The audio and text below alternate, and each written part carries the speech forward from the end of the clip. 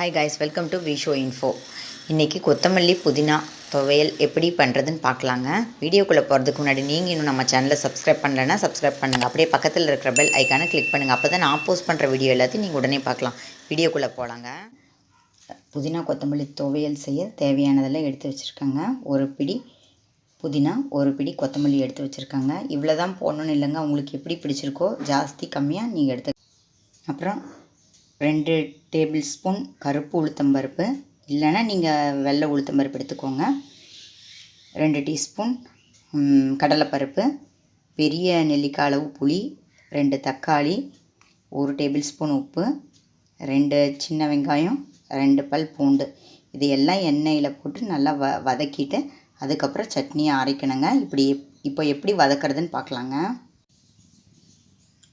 பாருங்கள், பேனில் 1 table spoon எண்ணெய் விட்டுருக்கேன். நீங்கள் எண்ணெய் ஊற்றாமல் கூட வெறும் பேன்லேயே கூட வதக்கிக்கலாம். நான் எண்ணெய் ஊற்றி இப்போ செய்கிறேங்க.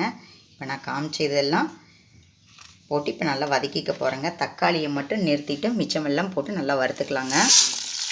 இதெல்லாம் நல்லா வதக்கினதுக்கப்புறம் நம்ம தக்காளியை சேர்த்துக்கலாங்க. ஒரு நிமிஷம் வதங்கட்டுங்க, பார்க்கலாம்.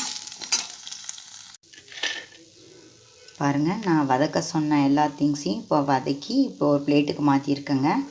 நம்ம பருப்பெல்லாம் வருத்தம் பார்த்தீங்களா, அதை ஒரு பிளேட்டுக்கு மாற்றியாச்சு. இப்போ அதே இதுலேயே புதினா, கொத்தமல்லி, பச்சை மிளகாயே பழுத்தது எடுத்துருக்கேங்க. வேறு ஒன்றும் இல்லை. இதுதான் போடணுமான்னு கேட்டால் அப்படி இல்லை, எங்கிட்ட இருக்கிறது போடுறேன். அப்புறம் 2 தக்காளி இப்போ சேர்த்து நல்லா வதக்கிக்கலாங்க. ரொம்ப நேரம் வதக்க வேண்டியதில்லைங்க. கீரையெல்லாம் 1 நிமிஷத்தில் வதங்கிடுங்க. வதங்கினதுக்கப்புறம் பார்க்கலாங்க. பாருங்கள், நம்ம துவையலுக்கு தேவையான புதினா கொத்தமல்லி துவையலுக்கு அரைக்க சொல்லியிருந்த பருப்பு வகைரா, வெங்காயம், பூண்டு, பச்சை மிளகாய், தக்காளி, கீரை எல்லாம் வதக்கி வச்சுங்க. இந்தளவுக்கு வதக்கினா போதுங்க.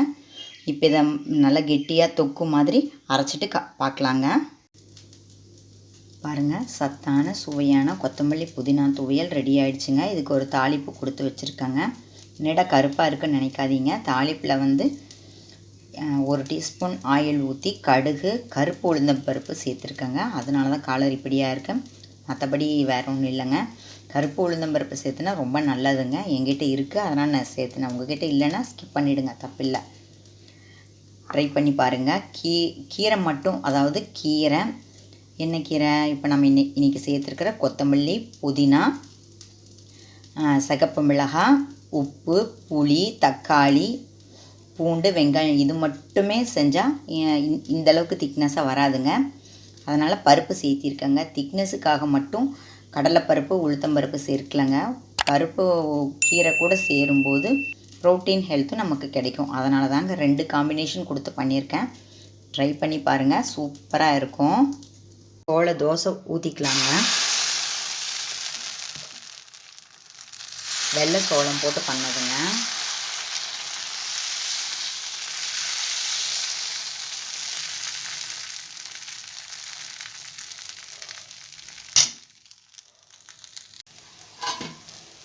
பாருங்கள், நம்ம வெள்ளை சோளம் தோசை சூப்பராக வெந்துருச்சுங்க. அதை திருப்பி போட்டுக்கலாங்க. இது 1 நிமிஷம் வெந்ததுக்கப்புறம் ஒரு பிளேட்டுக்கு மாற்றினதுக்கப்புறம் பார்க்கலாங்க. செமையாக நம்மளோட வெள்ளை சோளம் தோசை ரெடி ஆகிடுச்சுங்க. அது ஒரு பிளேட்டுக்கு மாற்றி உங்களுக்கு காமிக்கிறேங்க. வெள்ளை சோளத்தோட தோசைக்கு என்ன அளவுன்னு கேட்டிங்கன்னா, சோளம் அதாவது 3 கப் எடுத்துக்கோங்க. எந்த கப் எடுக்கிறீங்களோ அதில் 3 கப்பு சோளம் எடுத்திங்கன்னா 1 கப்பு இட்லி அரிசி, இல்லாட்டி புழுங்கல் அரிசி, எதை வேணால் சேர்த்துக்கலாம். அதாவது இட்லி அரிசி நான் சொல்கிறது ரேஷன்து இருக்கலாம், நல்ல அரிசி கடைதாவதும் இருக்கலாங்க. அதே மாதிரி பச்சரிசி நீங்கள் ரேஷன்து யூஸ் பண்ணாலும் சரி, சாப்பாட்டுக்கு யூஸ் பண்ணுற அரிசியாக இருந்தாலும் சரிங்க. அதுக்கப்புறம் உளுத்தம்பருப்பு 1 கப்புங்க. அதாவது 3 கப்பு சோளம், 1 கப்பு அரிசி, 1 கப்பு உளுத்தம்பருப்பு. அந்த உளுத்தம்பருப்புன்னு நான் சொன்ன இடத்துல கருப்பு உளுத்தம்பருப்பு தாங்க நான் யூஸ் பண்ணியிருக்கேன். ஏன்னா அதுதான் உடம்புக்கு நல்லதுன்னு ஆல்ரெடி சொல்லியிருக்கேன். நான் அரிசி மட்டும் உங்களுக்கு பச்சை அரிசி, புழுங்கல் அரிசி, அது சாப்பாடு தான் இருந்தாலும் சரி, எப்படி இருந்தாலும் சரி, உங்களுக்கு பிடிச்சதை நீங்கள் சேர்த்திக்கலாங்க. அதே மாதிரி இப்படி தான் போடணுமா அப்படின்னு கேட்டால் அப்படியெல்லாம் ஒன்றும் இல்லைங்க. ஒரு கப்பு சோளம், 1 கப்பு அரிசி, 1/4 கப்பு உளுந்து அப்படியும் சேர்த்து பண்ணலாம். இன்றைக்கி நான் பண்ண அளவு 3 கப்பு சோளம், 1 கப்பு இட்லி அரிசி, 1 கப்பு கருப்பு உளுத்தம்பருப்பு. இதை எல்லாம் ஒன்றாவே நல்லா கழுவி சுத்தம் பண்ணிவிட்டு ஒரு 8 மணி நேரம் இல்லாட்டி 6லேருந்து 8 மணி நேரம் நல்லா ஊற வச்சுடுங்க. ஊற வச்சுட்டு நல்லா மையாக அரைச்சிடுங்க. அரைக்கும்போது உப்பு சேர்த்து அரைச்சி நல்லா புளிக்க வச்சுடுங்க. நைட்டு டிஃபனுக்குன்னா காலையில் அரைச்சிடுங்க. காலையில் டிஃபன்னா நைட்டுக்கு அரைச்சிடுங்க. புளிக்க வச்சு சாப்பிட்டா தான் இது சூப்பராக இருக்குங்க. இதுக்கு நாம் இப்போ செஞ்ச கொத்தமல்லி புதினா துவையல் சூப்பராக இருக்குங்க. ட்ரை பண்ணி பாருங்கள். எந்த துவையலாக இருந்தாலும் நல்லாயிருக்கும். ஆனால் இதுக்கு இது பெஸ்ட்டு காம்பினேஷனாக இருக்குங்க. ட்ரை பண்ணி பாருங்கள். சூப்பராக வருங்க. என்னங்க இந்த வீடியோ உங்களுக்கு பிடிச்சிருந்தா லைக் பண்ணுங்கள், ஷேர் பண்ணுங்கள், கமெண்ட் பண்ணுங்கள். ஞாபகமாக சப்ஸ்கிரைப் பண்ணுங்கள். Okay bye.